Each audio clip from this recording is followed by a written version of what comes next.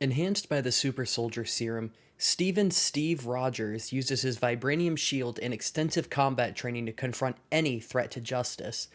When Captain America rallies his troops, a wave of courage sweeps across the battlefield. And this is his story.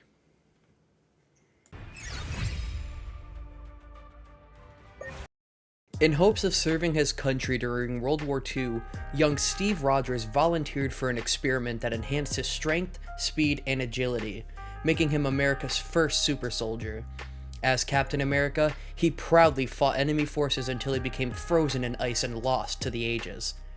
Discovered and unthawed in the 2099, Captain America began battling the threats of tomorrow, including Doom 2099. Now, he fights alongside the Avengers to prevent the desperate future he awoken.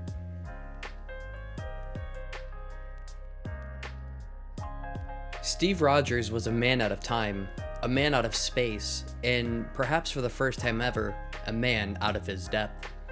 What he had experienced over these last few weeks had made the epic adventures he'd lived through during World War II seem normal and mundane. Steve stood on a balcony, gazing out over the spaceport of the futuristic city in front of him, wondering why the universe had chosen to bring him back here and now after so many years away. He didn't know the answer yet, but he knew deep down there had to be a reason. There always was. "Penny for your thoughts, old man?" a voice said, approaching from behind. Steve turned to see Clint Barton, the archer known as Hawkeye, joining him. Steve gazed past Clint and caught a glimpse of his old partner, James "Bucky" Barnes, lying deathly still inside of a high-tech medical scanner as scientists and physicians tended to his wounds. It was clear that Bucky was no longer the plucky teen sidekick who had never strayed from Captain America's side during the war. He had grown into his old man, but far more than that.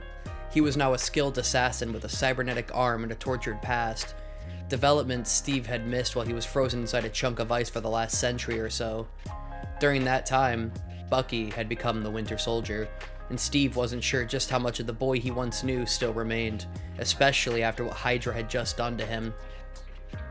"Just thinking about how much has changed," Steve replied. "I hear ya," Clint agreed. "Speaking of which, when are you finally going to tell me why you brought us to this crazy interstellar version of Wakanda?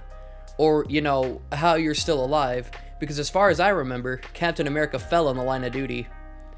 "Now is as good a time as any, I suppose," Steve said, realizing that this was the first real downtime he'd had since he'd brought Clint and Bucky into a strange new world. Steve took a deep breath before he began to tell his tale. He started by regaling Clint with the story of his final mission during the war, when the plane he was on crashed into the Arctic Ocean. As the plane filled with water, he could feel his muscles freezing, his heartbeat slowing, his vision blurring to white, and then nothing. For what seemed like an eternity, he didn't know if he was alive or dead until he found himself trapped inside of a glass tube, freshly thawed out of a chunk of ice by a beautiful redhead with the slightest hint of a Russian accent. "Natasha?" Clint exclaimed. Steve could tell by his new friend's reaction that he had history with this mystery woman. He wanted to ask Clint who she was, how he knew her, why she would have rescued him, and where she could be found now, but those questions would have to wait until after his story was done. Steve continued, telling how he and Natasha had escaped from the Alchemax lab together, only to be caught in a massive explosion before they could reach safety.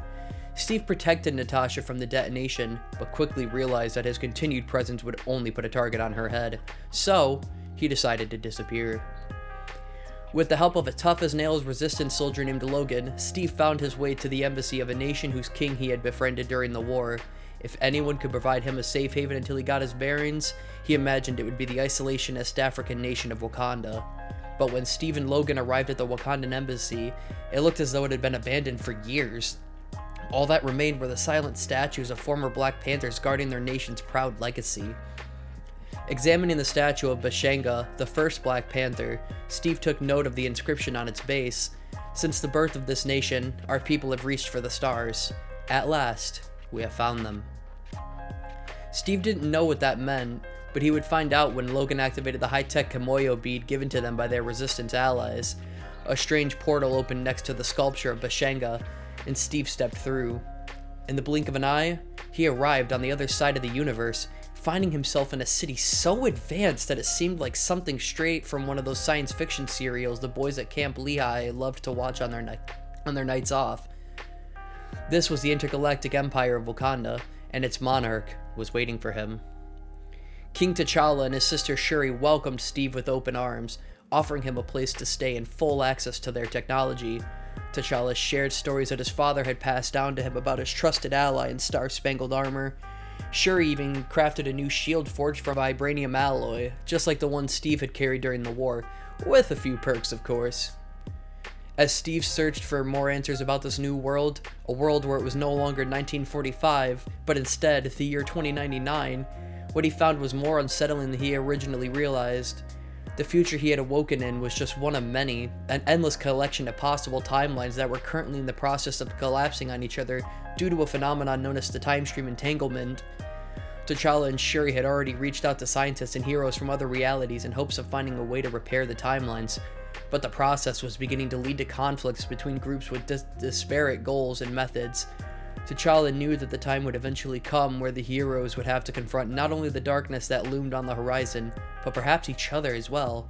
And so, he asked Steve a favor: to gather the very best soldiers from across time and space and bring them into their fold. When Steve agreed, there was no doubt whose name would be first on the list. "And I'm flattered, Cap," Clint said with his trademark smirk. "Really?" "It was Bucky I was after," Steve admitted, missing Clint's sarcasm. "But I'm not complaining that you happen to come along for the ride. He says you're one of the good ones." Truthfully, Hawkeye couldn't even dream of being insulted that he wasn't Cap's first pick.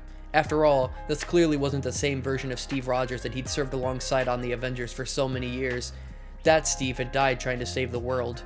The Steve in front of him now didn't even know that Hawkeye existed until a few days ago, when he jumped through time and space to save Clint and Bucky from certain death in the depths of a crumbling Hydra base before bringing them back to this bizarre future. "You know who else is one of the good ones?" Hawkeye asked, growing a bit weary of the history lesson. "Nat. If she's still around in this weird world of yours, we probably ought to track her down. I'm sure Bucky would tell you the same if he wasn't currently out cold." As if on cue, Steve and Clint heard a commotion behind them. They turned to see Bucky, who was now standing next to the med station that he'd been lying in moments earlier. Wakandan doctors scurried about, not sure how their patient could possibly be on his feet in his condition. "Steve," Bucky said, straining to form words as he leaned against the scanner to steady himself. Something was wrong. "What is it, partner?" Steve asked with concern. Even though this wasn't technically the Bucky he had known his whole life, Steve could still see as clear as day that his friend was struggling. "Not feeling so good," Bucky said. "It's like someone is whispering in my brain." "Oh no," Clint said. "Some sort of Hydra conditioning?"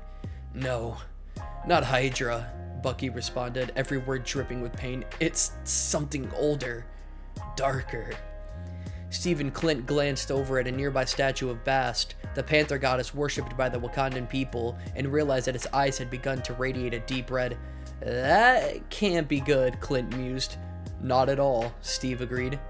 As Bucky writhed in pain, his eyes began to glow the same red as the statue's. A cluster of organic tentacles started to rapidly grow from the place where his brand new cybernetic arm met his shoulder. They intertwined with the technology of the artificial limb, seeming to integrate into it as they transformed the arm into something new entirely.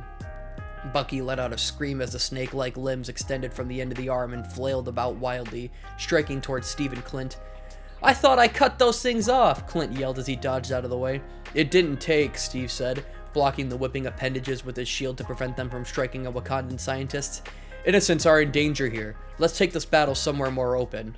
Without another word, Steve and Clint both ran at full speed toward the ledge of the balcony and leapt down several floors to the spaceport below.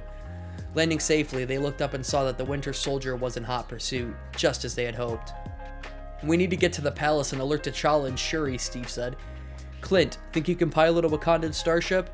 "I can pilot anything," Clint said with a wide grin. He ran over to one of the Wakandan crafts and leapt into the cockpit with the grace and skill of a circus acrobat.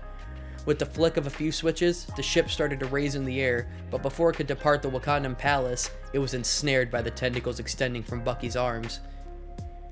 Clint hit the thrusters, but the tentacle held the ship in midair. Bucky didn't even budge, somehow drawing an intense amount of superhuman strength from the dark force possessing him. Suddenly, Captain America's shield ricocheted through the spaceport, gaining momentum with each bounce before finally slicing the tentacles in twain and forcing Bucky to release his grip on the ship. As Clint jetted off towards safer skies, Steve heroically leapt up and caught his shield in midair. "Snap out of it, Bucky," Steve said as he landed back on the ground, shield at the ready. "No," Bucky replied, as he instinctively retracted the wounded tentacles back into his body. They once again seemed to merge with the technology of his cybernetic arm. Knowing that there was no other option, Steve raced toward Bucky, ready to face the unexpected threat head-on. Bucky matched Steve's sprint and rushed at his former partner, leaping into the air and raising his bionic fist, ready to strike. Steve hoisted his shield, blocking the blow. The impact of vibranium on vibranium sent a shockwave through the spaceport that shattered every window in a 100-meter radius. The clash that followed felt longer than World War II, at least to Steve. The two soldiers knew each other so well that neither could get a hit in that wasn't instantly blocked and countered. Despite their effort, they were getting nowhere, and while Steve Rogers knew he could do this all day, he wasn't sure how much longer Bucky could survive the dark forces that had taken control of him. "Looks like you could use the cavalry, Cap!" Clint yelled out as he landed his spacecraft on the nearby launch pad. As he exited the cockpit, Steve realized that his new friend hadn't come alone. With him was Princess Shuri, one of Wakanda's most brilliant scientists and the designer of Bucky's new cybernetic arm. "I have good news and bad news, Captain," Shuri said, extending her arm to reveal her bracelet of high-tech Kimoyo beads. As she touched one of the beads, a hologram of Bucky's arm appeared in the air. "The cybernetic limb I created for your friend is made of a number of bleeding-edge materials, including vibranium, nanotech, and unstable molecules." "Is that the good news or the bad?" Steve asked, unfamiliar with anything other than vibranium. "It is both," Shuri responded. "These technologies are all extremely adaptable, which may be the reason the limb has so easily accepted the unexpected addition to your friend's physiology." "That all sounds like bad news to me," Steve said. "Ah, but those technologies also have a memory," Shuri continued. "They work in unison to sync to the host's unique integral energy structure. When that energy becomes corrupted, the limb can be used to recalibrate the internal system of the person wearing it." "In other words, we can restore Bucky to factory settings," Clint added. "How do we do that?" asked Steve. "The procedure requires a manual reset," Shuri responded. "However, the likelihood that Bucky will allow you to get close enough to perform one seems slim." "I don't need to get close," Clint said. "Just keep him busy, Cap, and I'll show you why you made me an Avenger." Steve called out to Bucky, getting his partner's full attention. This time, instead of engaging his opponent directly, Steve kept his distance, dodging and weaving along the edge of the spaceport. Bucky frantically lashed out at him, narrowly missing with every strike. Meanwhile, Shuri attached a Kimoyo bead to the head of one of Hawkeye's arrows. The bead, programmed with a kill code that would initiate a forced reboot of the arm's operating systems, would have to hit a 1mm target located on the back of Bucky's shoulder. Clint would only have one shot. Luckily, that's all he ever needed. Clint knocked his arrow and watched carefully as Bucky swung at Steve over and over. He waited patiently until his target was in the perfect position. Then, he released the arrow, letting it soar towards Bucky's shoulder. A perfect hit! The cybernetic arm instantly shut down, and the tentacles, which had been flailing madly, dropped limp to Bucky's side. Bucky staggered for a moment and then fell to his knees. Steve and Clint both raced to their friend's side. "Sorry about that," Bucky said, regaining his composure. "Don't know what came over me." "Neither do I," Shuri said, joining the trio of heroes, "but I think it would be worth running some tests. I already have some ideas as to how we can get your newfound talents under control and repurpose the strange energy flowing through you." "Great," Bucky said. "More experiments." "Don't worry, partner," Steve said, leading Bucky toward the spacecraft so that he could be transported back to Shuri's lab. "Whatever this is, you're not going through it alone. Not ever again." "I'm glad to have you back, Steve," Bucky said, offering a faint smile as the strength started to return. Steve proudly looked at his new allies, the brave soldiers he had gathered. Even after the chaos that had just occurred, there still wasn't anyone else he'd rather have by his side to face the unexpected challenges ahead.